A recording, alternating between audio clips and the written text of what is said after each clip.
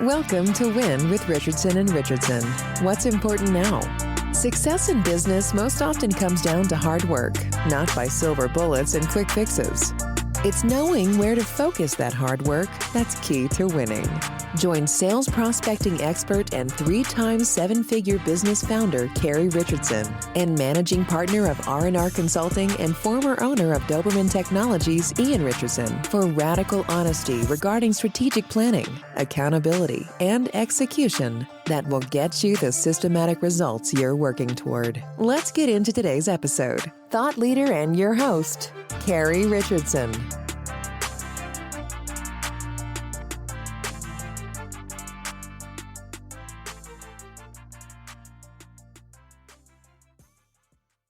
Good afternoon, everybody. Thank you for joining me today. My name is Carrie Richardson, and I am the host of WIN and one half of the consulting group Richardson and Richardson. With me today is Dave Cava, who is a partner in Encore Strategic. Dave is primarily responsible for recruiting for technology service providers at Encore, and in partnership with some other people, he is a strategic facilitator that is now specializing on bringing Michael Michalowicz's Pumpkin Plan to the TSP market. Dave, thanks for joining us today. Very excited to be here. So tell me a little bit about how you joined Encore Strategic. I've known Shawn, my partner, for 15 years. He was actually an early mentor to me when I was starting my MSP. He had been in his for a long time, and we were in peer groups together over the years, and he sold his business a couple of years before I sold mine. And he was doing coaching and peer groups for TSPs. And I said, I have this idea to do recruiting for MSPs. And he said, what would you think about trying to put it all together? So it took us a year or so to figure out what that offering looks like, because you really are trying to combine a couple of things there. And we said, we're really about helping MSPs scale and get their team. And that's the common denominator. And it's really working well now. Took us a little bit to figure out how to earn it, but we've done it. You owned an MSP from 2007 to 2019? I did. And you were a niche-specific firm. Tell me a little bit about how you decided to pursue the financial services market. When we started our MSP, we already had a decent foothold there. And we looked around at the MSPs around us in New York City, and they were all trying to crack into that vertical, and most of them were failing. And we said, well, we're already in this vertical. Why are they trying so hard? Maybe we really have something here. We were scared of being pigeonholed in the beginning. But after a while, we figured maybe we should just go with this. And we actually did a lot of what's in the Pumpkin Plan before we realized the book existed. We said, these are our best clients. They're our most revenue. They're most in line with the way we want to do things. Why don't we just build our business around that? And if we pick up other clients along the way, that's fine. But we're going to do things the way we do them. And that's going to be who we exist to serve. And from there, things really took off. It worked out terrific. As somebody who chose a particular niche for my own business, it eliminated a ton of challenges. Recruiting got easier. Training got significantly easier, HR got easier, and marketing got much easier. So congratulations on that successful exit. It was one of the best days of my life and one of the worst days of my life. Jamison West wrote a book about the emotional toll that entrepreneurship takes on people and the emotional toll that selling your business takes on people. And you got a whole lot of that all at once. The case study of me selling my business and what was going on was actually in that book. We wanted to talk today about one of the challenges that you're experiencing at Encore. And I understand that you're writing a book. Tell us how that's going. It's going well, but it's been harder than we thought it was going to be. So we licensed the Pumpkin Plan from Mike Michalowicz, and we're writing a version specifically for MSPs called the Pumpkin Plan for Technology Service Providers. It's the first time either Shawn or I is writing a book. We both like to write. And combining our two voices has been more work than we realized it was going to be. When you're writing a book, it's a piece of art. And if you can imagine, it was a painting. and you're trying to paint a painting with somebody else, and you're trying to fix the things that you see wrong with the part they painted. I mean, it's easy. Yeah.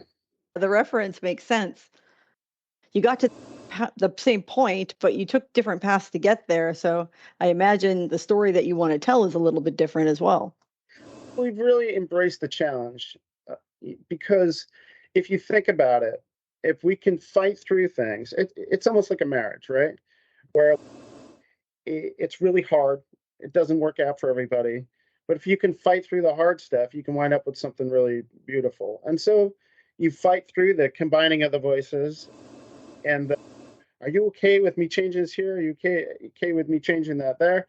And with the belief that the end product is going to be that much more powerful than you could produce by yourself, because there's a reason we came together in the first place. And we're getting there. And do you have a third party who's essentially like a referee? We do. We're so excited because we found somebody with 15 years of journalism experience who actually worked at an MSP for another 15 years. So he really understands the industry, and we're excited to have somebody that understands writing and putting a book together and how to structure it and correct all our little amateur mistakes, who really understands what we're writing about and understands who we're writing to, which might be the most important thing. Now, we talked a little bit about the term MSP and the term TSP and why you opted to choose Pumpkin Plan for TSPs. Tell me a little bit about the difference. Yeah, great question. We all know our companies as MSPs, right? The term's been in use for close to 20 years. We really felt as the industry has changed, so much of what MSPs are providing goes beyond services these days. Every MSP that's worth its salt is starting to provide a significant amount of their clients' technology platform. You're not just selling, oh, you buy whatever you want and we'll make sure it works. We're selling so much more than that. So we really felt like it was an more all-encompassing word because it includes the platform. Everyone's selling platform these days, or should be. And we really felt like managed service provider is very generic, because you can have that with your doctor, you can have that with an accountant or a lawyer. And so TSP or ITSP seems to be the term that's coming into bloom now, and we really believe it's going to be here to stay. So if we had to be a step behind or a step ahead, we chose a step ahead. So, thinking about Pumpkin Plan, great book. Is there a difference between companies who are focused on growing a monthly recurring revenue stream versus, say, an ITSP that does more project work? We push really hard for recurring revenue. We would say that project-based companies, unless they're doing projects in order to create MRR, are probably going down the wrong track. MRR and EBITDA, or net profit, is what determines the value of your company, and everything you do in your company should be around building value. It's not just about the money you stick in your pocket today. It's about, for every dollar you stick in your pocket, you should be sticking $1 in a piggy bank you get to break one day. And adding platform to services really increases that MRR significantly. So whether it's your client account management or the projects you sell, your whole organization should be motivated around adding that MRR, putting that money in the piggy bank. When you look at the M&A market for TSPs, everybody thought there was going to be a window that would close, that this whole 5 to 6 times X EBITDA eventually would die. The private equity involvement would die. They'd figure out, oh, there isn't much money in this, and the opposite has happened. If you look at what the average deal size was 10 years ago, it's increased significantly since. Multiple used to be an average of 5.5. As of last year, it's 8.2. And that's happened because MSPs have matured. They focus more on recurring revenue. They're far more operationally mature on average. And the private equity involvement has actually shot through the roof.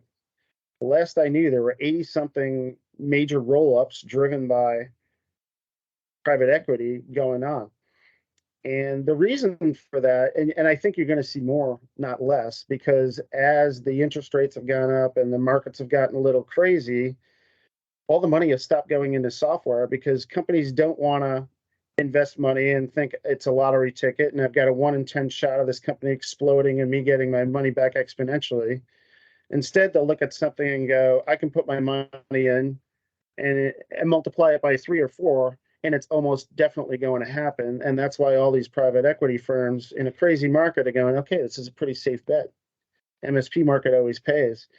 So you've seen while the money has stopped flowing in other places of the economy, it's kept going into the MSP market, and focusing on your MRR makes total sense. So when we use that phrase TSP, we're really looking at it in terms of what you sell. And we really believe that should be MRR. So is helping a company transition from that project-based or break-fix model to a monthly recurring revenue model something that Encore could help with? Absolutely. And it's a significant theme of the book.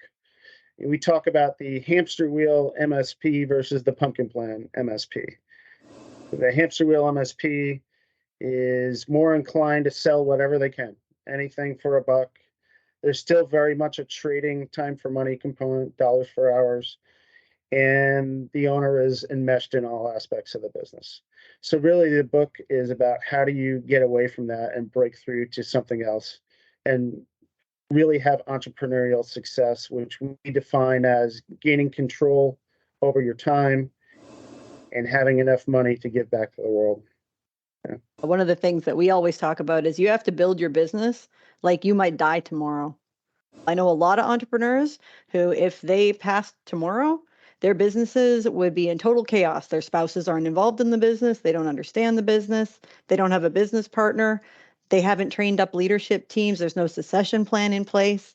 You know, if something happened tomorrow, even though their business is fairly profitable today, they would not get the value of that business if they had to sell it, or if their partner, God forbid, had to sell it tomorrow. So creating a plan for your business and your life is essential to success. Absolutely. And if I were going to start a business today, which I might be doing, I would plan it from day one as if I was going to sell it on day two, right? I don't want to go to exit this time and have the buyer look at my ad backs and say, no.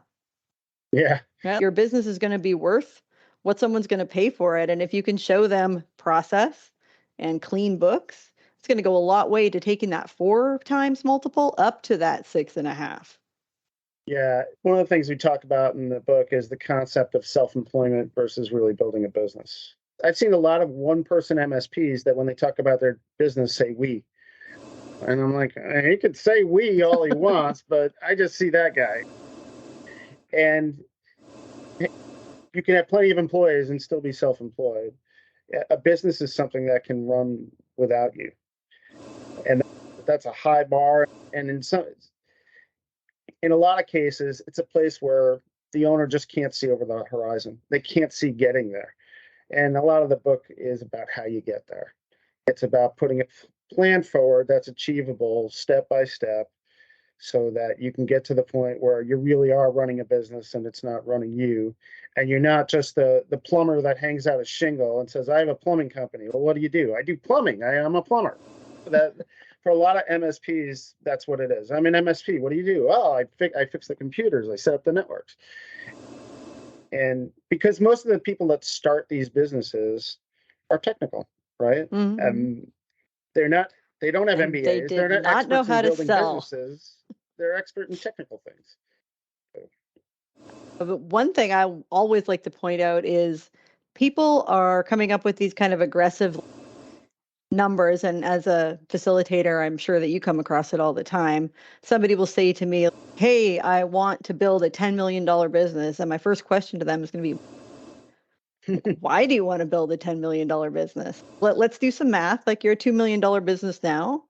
You're paying yourself $250,000 a year. Have you talked to a financial planner? Have you talked to your tax guy?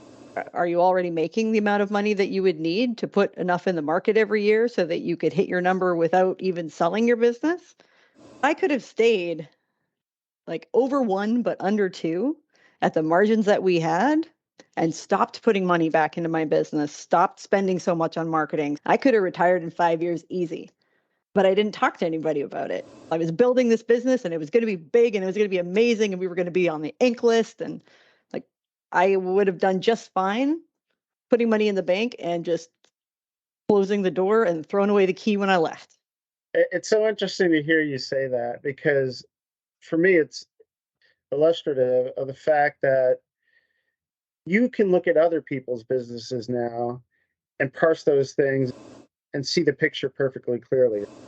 But it's really hard for us to do that with ourselves. It's really shows the value of having a third party, whether it be a financial planner or a business coach or whatever, to be able to say, hey, what are you really trying to do here? And have you considered XYZ? Because here's what I'm seeing. It's really hard for us to get perspective on our own businesses and on our own lives in a sense. Having somebody go, whoa, let's just look at this from an outside angle. There's so much value to that. What you just said, there's so much wisdom in what you just said, but it's much easier to see someone else's problems and someone else's opportunities and someone else's uh, speed bumps that are coming that they don't know are coming than it It's is like your own, right? you can get to 2 through sheer grit and muscle and force, but you got 2 things that'll happen at that point. At least in the MSP space, my experience is you go back to 1 or up to 5 and nothing in between. I like to talk about MSP plateaus, and the most famous one is what I call 10 guys and an owner, where the owner's still very involved in all aspects of the business. The owner's the de facto service manager, even if someone else has the title.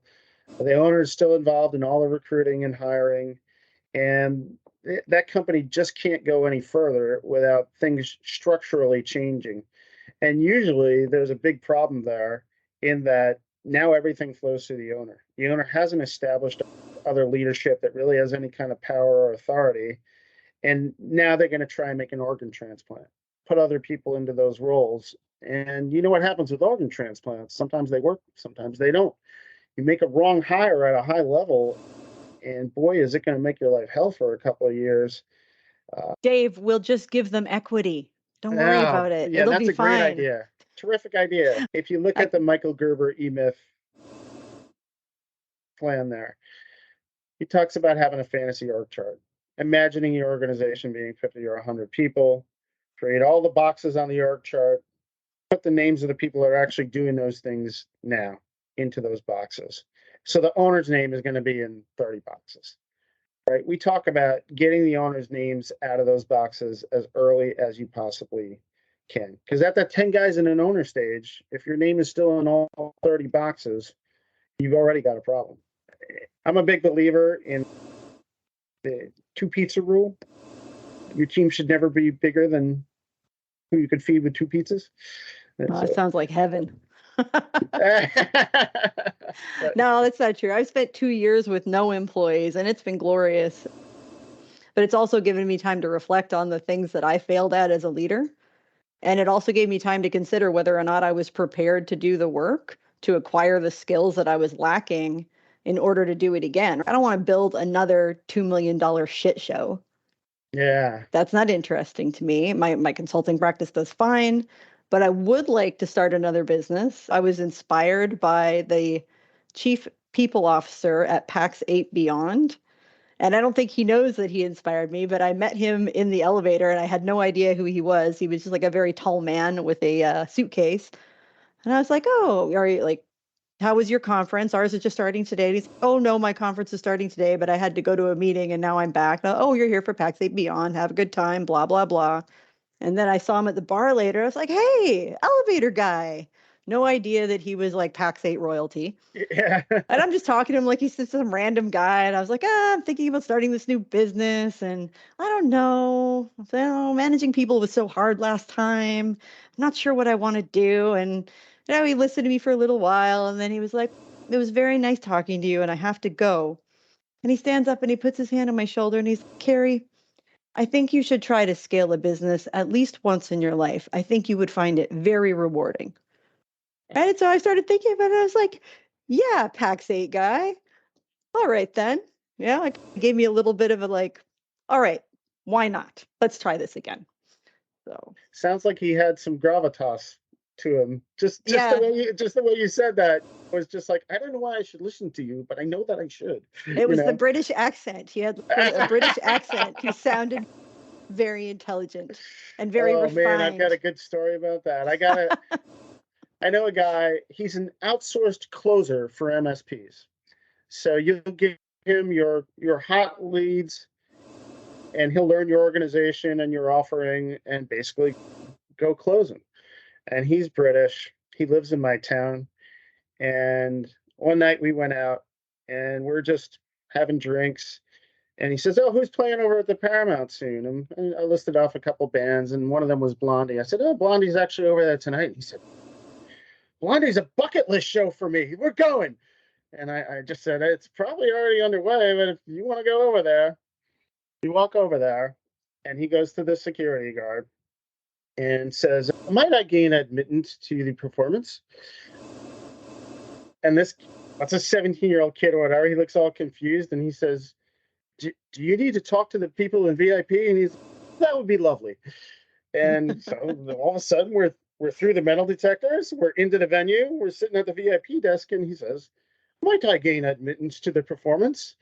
And they look at each other, they hand us two bracelets, and we walk in. The tickets were like $140. And I'm walking up the stairs and I'm going, I don't know what the hell just happened, but I know if I ever need an outsourced closer, I'm calling that guy. The Something about that British accent gets it Yeah, done. great. Especially if you got a nice shirt on. I'm just like, I don't know what just happened. Uh, uh, You're doing a pre-day at CompTIA, and I saw this on LinkedIn, and I asked you to come talk about it today because I think if you're going to be at the CompTIA ChannelCon event in August in Las Vegas, you should absolutely come in a day early and attend this event. So, Dave, tell us about the event that you're hosting. the thing I want to emphasize is it is going to be meaty. We don't anticipate a giant crowd, so it can be very interactive. We're going to take some of the material we've been working on for this book and really dive into it. We're going to talk about how to get off this hamster wheel, the difference between self employment and business ownership. We're going to talk about how to build your team and staff your company. And we're going to dive into all the things that we've been working on for a couple of years now. We're very excited about it. The book really is a love letter to struggling MSP owners, and some are struggling more than others. Some have got a decent quality of life, but just haven't figured out how to scale it. There's others that can never go on vacation. They're losing their families. And this book is for all those people.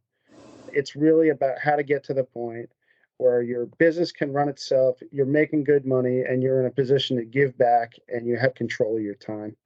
And step by step, we go through how to get there. We can't go through everything in the book in 4 hours, but we're going to dig into some key chunks. And the cost is free, which, Free. What is your yeah, daily consulting rate out of curiosity? oh gosh, we're at $360 an hour, $5,000 a day. And you're going to get Uh, 4 hours of multiple people's time, all of them who normally bill at $400 an hour, and they're giving you your time for free.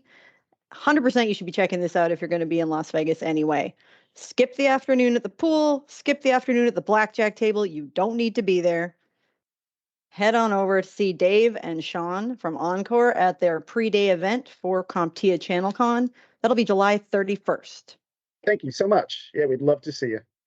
Wonderful. On that note, I think we've said all we can today. I want to thank you for joining us today, Dave. And I just want to reiterate that on July 31st, there is a 4-hour event being hosted by Encore Strategic. It's a pre-day to CompTIA ChannelCon, and they're going to go through the fundamentals of the pumpkin plan for TSP. So if you've been struggling in your business, if you feel like you're just on a hamster wheel right now, if your business is running you and you're not running your business, coming into Vegas a day early, skipping the pool and the craps table might benefit you this time. Dave, thanks so much for joining us and sharing some information with us today. I'm not sure if I'm going to be at ChannelCon myself, but if I am, you know where I'll be the day before. Thank you so much, Carrie. Thanks for the opportunity. It's been great talking to you today. All right, have a great day. And for everybody else out there, keep winning.